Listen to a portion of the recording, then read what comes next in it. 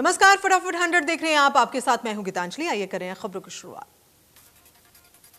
अफगानिस्तान से रेस्क्यू कर लोगों को भारत वापस लाने का मिशन लगातार जारी। मंगलवार को अफगानिस्तान से दिल्ली वापस लौटे कुल 78 यात्रियों में 16 कोरोना पॉजिटिव।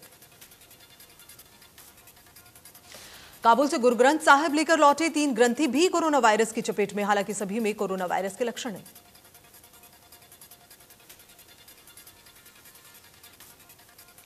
तालिबान की ओर से चेतावनी कि वो किसी अफगानी को देश छोड़ने की इजाजत नहीं देगा। तालिबान का कहना है दूसरे देश बड़ी संख्या में अफगानियों को भी अपने साथ ले जा रहे हैं, जिससे वो खुश नहीं है। ऐसे में सभी देशों को अपनी डेडलाइन वापस लौटना होगा और वो किसी अफगानी को नहीं ले जाने देंगे। अफगानिस्तान में तालिबान के कब्जे को लेकर मंगलवार को अहम G7 की मीटिंग हुई। G7 की मीटिंग में 5 सूत्रीय प्लान भी तैयार किया गया। दूसरी ओर तालिबान ने 31 अगस्त तक विदेशी सेनाओं को अफगानिस्तान छोड़ने की हिदायत दी है। G7 की मीटिंग में 5 सूत्रीय प्लान का पहला सूत्र है अफगानिस्तान में फंसे लोगों को बाहर निकालना, दूसरा सूत्र आतंक के शिकार लोगों को मदद करना और तीसरा सूत्र मानवता के आधार पर अफगान के लोगों की मदद करना। वहीं चौथा सूत्र है अफगानिस्तान के लोगों को कानूनी रूट से सुरक्षित पहुंचाना। पांचवा सूत्र अफगानिस्तान में नई सरकार के साथ डील करने की स्पष्ट नीति बनाना।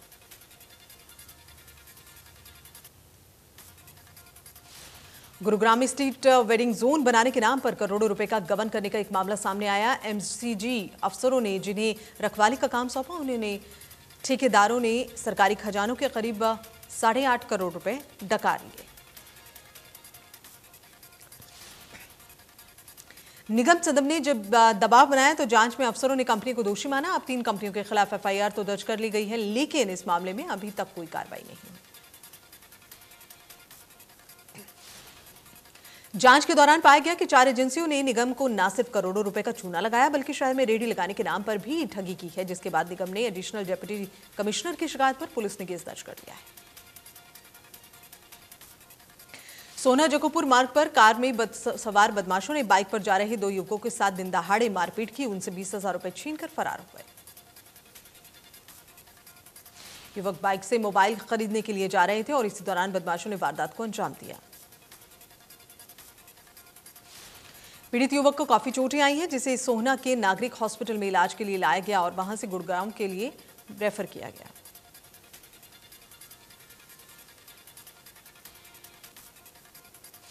साइबर सिटी गुरुग्राम के नेहरू स्टेडियम में बना एस्ट्रो टर्फ स्टेडियम की हालत आज बदहाल। जगह जगह सीमेंट का प्लास्टर कर प्रैक्टिस की जा रही है।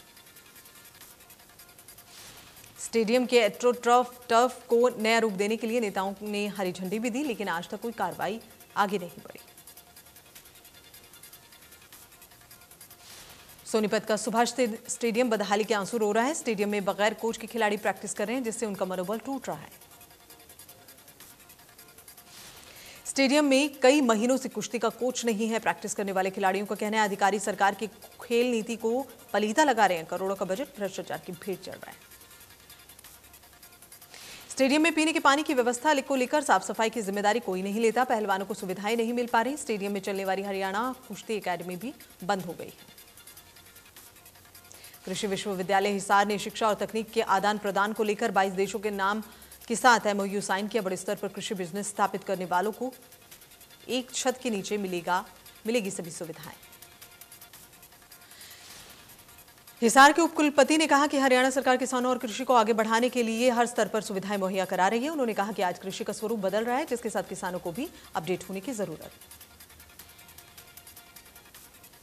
देश के 5 राज्यों में पानी की सप्लाई करने वाले हथनीकुंड बैराज के ऑपरेटिंग सिस्टम को हाईटेक कर लिया गया। अब कभी भी बैठकर इस सिस्टम की मॉनिटरिंग की जा सकती है। यमुनानगर में हथनीकुंड बैराज में 18 गेट हैं। इन गेटों को खोलने के लिए पहले कई कर्मचारी ड्यूटी पर लगाए जाते थे। बाढ़ और बारिश के बाद इसमें काफी दिक्कतें आती थी, लेकिन अब ये सिस्टम हाईटेक किया गया। उपायुक्त गिरीश अरोड़ा, सिंचाई विभाग के SI RS मित्तल ने यह बताया है कि सारे सिस्टम को केवल एक व्यक्ति बैठकर चला सकता है, जहां कई कर्मचारियों की ड्यूटी लगाई जाती थी। रादौर में रोजगार कार्यालय के सहायक राजकरण सैनी ने बताया कि इस साल जनवरी महीने में खुले इस कार्यालय में अब 880 युवाओं ने पंजीकरण करवाया है। जिसमें 406 युवक और 474 युवतियां हैं। उन्होंने कहा कि अगर जिला स्तर की बात करें तो रादौर के 8,265 बच्चों ने पंजीकरण करवाया है। जिस भी विभाग के पास उनके पास डिमांड आती है वहां पर सीनियरिटी के हिसाब से बच्चे भेजे जाते हैं विभाग समय समय पर। इसके अलावा रोजगार मेले भी लगाता रहता है।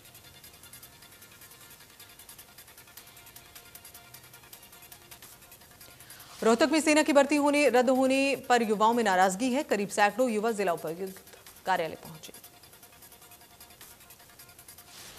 20 अगस्त को सेना की भर्ती होनी थी। वहां पहले भी कोरोना के चलते कई बार भर्ती रद्द की जा चुकी है।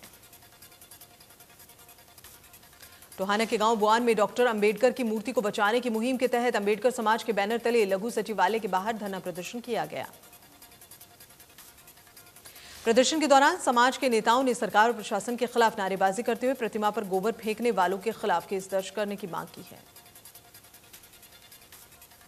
पिहोवा कुरुक्षेत्र रोड पर स्थित बेकरी की दुकान में करीब 14 अज्ञात हमलावरों ने तोड़फोड़ की। तोड़फोड़ की सारी घटना सीसीटीवी कैमरे में कैद। थाना प्रभारी जगदीश टामक ने यह जानकारी देते हुए बताया कि पिहोवा कुरुक्षेत्र स्थित एक बेकरी की दुकान में दर्जन भर से ज्यादा हमलावरों ने घुसकर तोड़फोड़ की। आरोपियों के खिलाफ मामला दर्ज किया जा रहा है और अभी सभी आरोपियों को जल्द गिरफ्तार करके उचित कानूनी कार्रवाई की जाएगी। गुरुग्राम में मकान मालिक ने अपनी बहू किराएदार की बीवी और उसके बच्चे की हत्या कर दी और फिर थाने में आकर सरेंडर कर दिया। मकान मालिक को अपनी बहू और किराएदार के बीच अनैतिक संबंधों का शक था, जिसके चलते उसने वारदात को अंजाम दिया। हत्याकांड में एक बच्ची घायल। सूचना पर गुरुग्राम पुलिस मौके पर पहुंची तो पाया एक बच्ची की सांस चल रही है, जबकि 4 लोगों की मौत हो चुकी है। पुलिस ने गंभीर रूप से घायल बच्ची को निजी हॉस्पिटल में भर्ती कराया। डीसीपी का कहना है कि जांच अभी शुरुआती दौर में है। पुलिस ने चारों के शवों को कब्जे में लेकर मामले की तफ्तीश शुरू कर दी। महेंद्रगढ़ के गांव बलाना में सरपंच रही महिला के परिवार पर हमला किया गया और गाड़ी से कुचलकर एक महिला की हत्या कर दी गई। सरपंच के परिजनों का आरोप है कि गांव में पाइपलाइन बिछाने को लेकर गांव के ही कुछ लोगों ने से पिछले दिनों उनकी कहासुनी हुई थी। उसके बाद यह हमला हुआ।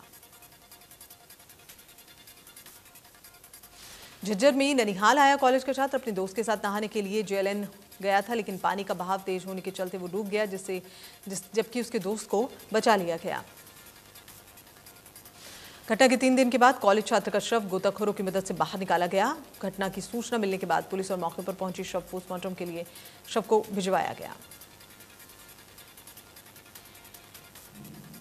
बहादुरगढ़ के असौदा गांव में गैंगवॉर के चलते 3 लोगों को गोली मारने का मामला सामने आया, जिसमें 2 की मौके पर ही मौत हुई है, वहीं एक युवक गंभीर रूप से घायल। गाड़ी में सवार होकर आए 6 बदमाशों ने उन पर ताबड़तोड़ फायरिंग की। घायल को इलाज के लिए ब्रह्म शक्ति संजीवनी हॉस्पिटल में भर्ती कराया गया।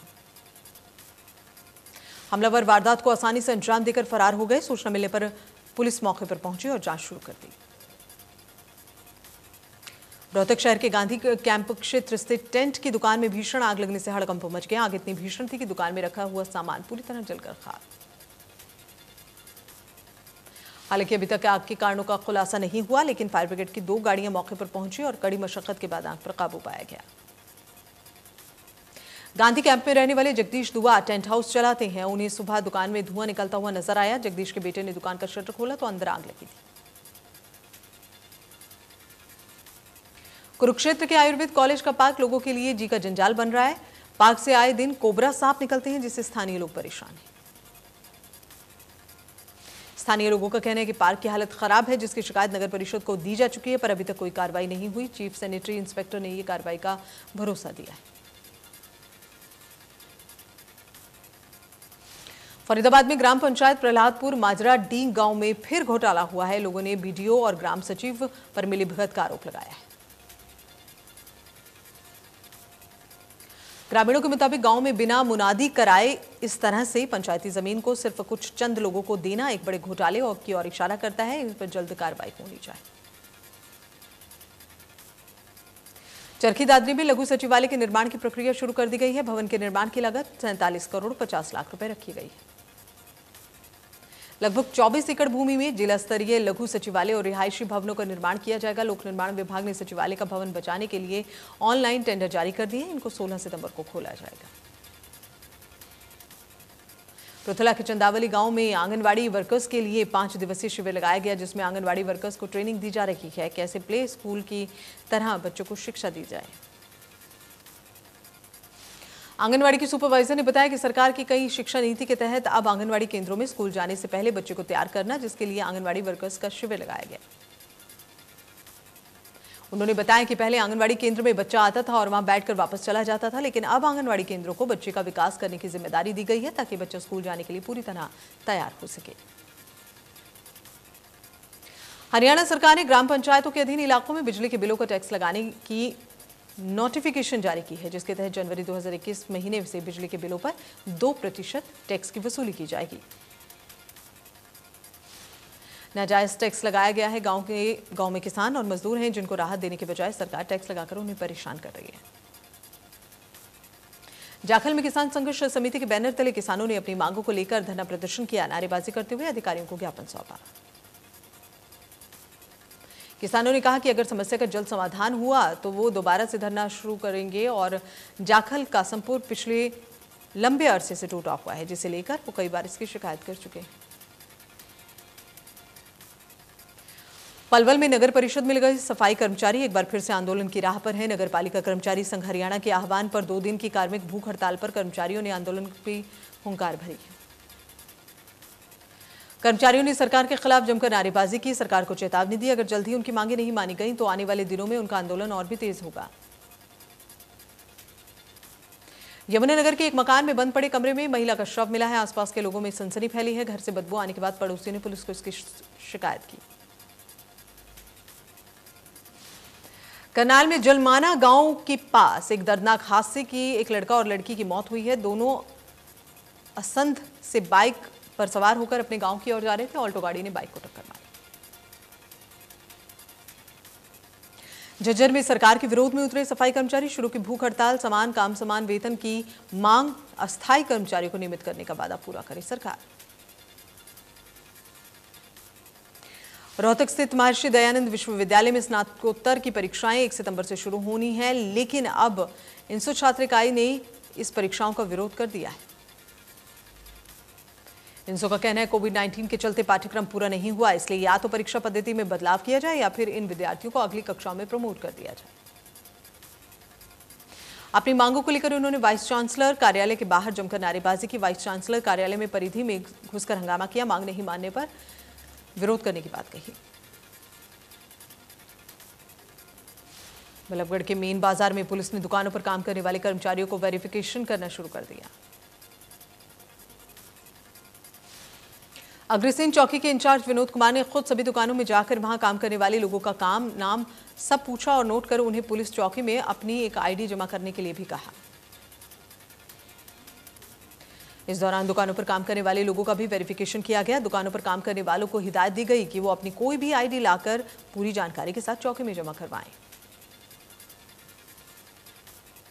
गुरुग्राम के निजी स्कूल में पढ़ने वाली 16 साल की राजसी शर्मा ने मॉडलिंग, फैशन और प्रिटी गर्ल नॉवेल लिखा है और छोटी उम्र में बड़ा कारनामा कर डाला। राशि के पिता का कहना है कि जब उन्हें उपन्यास प्रिटी गर्ल के बारे में बताया गया तो वो वाकई अचंभित थे। इतनी छोटी सी उम्र में ऐसी अलग सोच रखने वाले बच्चे अक्सर आगे बढ़ते हैं। भिवानी के सराफा व्यापारी नरेंद्र प्रभाकर की हत्या के मामले में अदालत ने तीनों आरोपियों को दोषी करार देते हुए उम्र कैद और 1.5 लाख रुपए जुर्माने की सजा सुनाई। जुर्माना अदा न करने पर आरोपियों को अतिरिक्त कैद की सजा भुगतनी होगी। मृतक नरेंद्र प्रभाकर के परिजनों ने आरोप लगाया 19 और 20 दिसंबर 2015 की रात को अपहरण कर उसकी हत्या कर दी गई थी।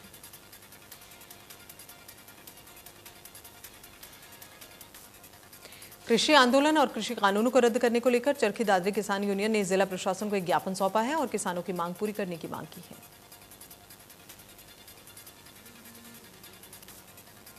भारतीय किसान यूनियन लोक शक्ति के प्रदेश अध्यक्ष जगवीर घसोला की अगुवाई में किसानों ने जिला प्रशासन को प्रधानमंत्री और मुख्यमंत्री के नाम ज्ञापन सौंपा है, जिसमें उन्होंने पीएम मोदी से किसानों की मांगों को पूरी करने और बारिश से खराब हुई फसलों की गिरदावरी करने की मांग की है। इस दौरान भाकियू प्रदेश अध्यक्ष ने कहा कि किसान कर्ज के तले दबकर आत्महत्या कर रहा है। अगर किसानों का संपूर्ण कर्ज माफ नहीं हुआ तो किसानों की आत्महत्या का सिलसिला नहीं रुकेगा। सोनीपत में गरीबों को खराब अनाज दिया जा रहा है। जहां डिपो होल्डर के पास खराब अनाज पहुंचा, गेहूं की गुणवत्ता इतनी खराब कि उसे पशुओं के सामने डालने में भी दिक्कत। इंडिया न्यूज हरियाणा की टीम ने जब मौके पर पहुंचकर कैमरे के सामने अनाज का कट्टा खुलवाया तो सच सामने आया। मामले को लेकर खाद्य और आपूर्ति विभाग के फूड इंस्पेक्टर का कहना है कि अनाज बदलाव दिया जाएगा। देश में फिर बढ़ने लगे कोरोना के नए केस। पिछले 24 घंटे में सामने आए 37,000 से ज्यादा नए मामले। कुल मरीजों की संख्या हुई 3,25,00,000 के पार। केरल में कोरोना का कहर बढ़ रहा है। पिछले 24 घंटे में कोरोना के 24,296 नए मामले सामने आए, जबकि एक दिन में 173 लोगों की मौत। केरल में 1 लाख से ज्यादा केस एक्टिव। महाराष्ट्र में 24 घंटे में कोरोना के 4,355 नए केस सामने आए। एक दिन में 288 मरीजों ने दम तोड़ा। महाराष्ट्र में अब भी करीब 50,000 केस एक्टिव। कोरोना के बाद महाराष्ट्र में डेल्टा प्लस वेरिएंट के 27 नए मरीज सामने आए हैं। महाराष्ट्र में डेल्टा प्लस वेरिएंट के कुल आंकड़ा 103 हो चुका है। दिल्ली में 24 घंटे में कोरोना के 51 मामले सामने आए। एक दिन में 114 मरीज रिकवर हुए हैं। दिल्ली में अब भी 411 केस एक्टिव। प्रदेश में कोरोना की दूसरी लहर भी रोक लगी है। एक दिन में सामने आए 18 नए मरीज। एक दिन में एक मरीज ने दम तोड़ा। कुल मरीजों की संख्या 7,70,000। तीसरी लहर की आशंका के चलते प्रदेश सरकार ने अभी तक प्राइमरी स्कूल खोलने की इजाजत नहीं दी, लेकिन इसके बावजूद रेवाड़ी के अधिकांश निजी स्कूलों ने बदस्तूर कक्षाएं लगवाना शुरू कर दिया है। शहर के दर्जनों स्कूलों ने पहली से 5वीं तक की कक्षाएं लगाई हैं। शहर ही नहीं, ग्रामीण इलाकों में भी अधिकांश निजी स्कूलों ने पहली से 5वीं तक की कक्षाएं लगाई हैं। जिला मौलिक अधिकारी ने कार्रवाई के निर्देश जारी किए।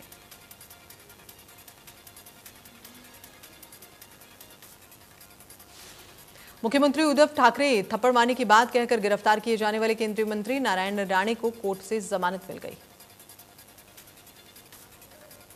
नासिक पुलिस ने केंद्रीय मंत्री नारायण राणे को उनके खिलाफ दर्ज एफआईआर के सिलसिले में नोटिस भेजकर 2 सितंबर को थाने में पेश होने को कहा।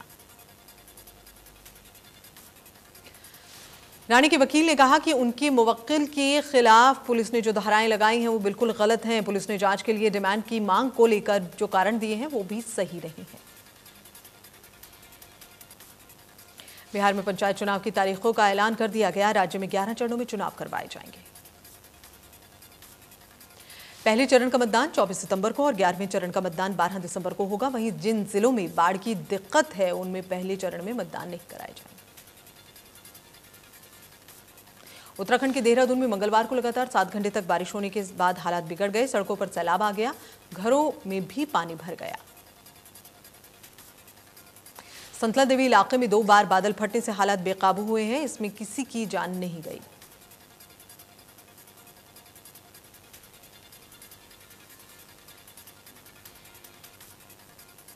सप्ताह के तीसरे कारोबारी दिन शेयर बाजार हरे निशान पर खुला। बॉम्बे स्टॉक एक्सचेंज का प्रमुख इंडेक्स सेंसेक्स 124.90 अंकों पर 56,083.88 के स्तर पर खुला।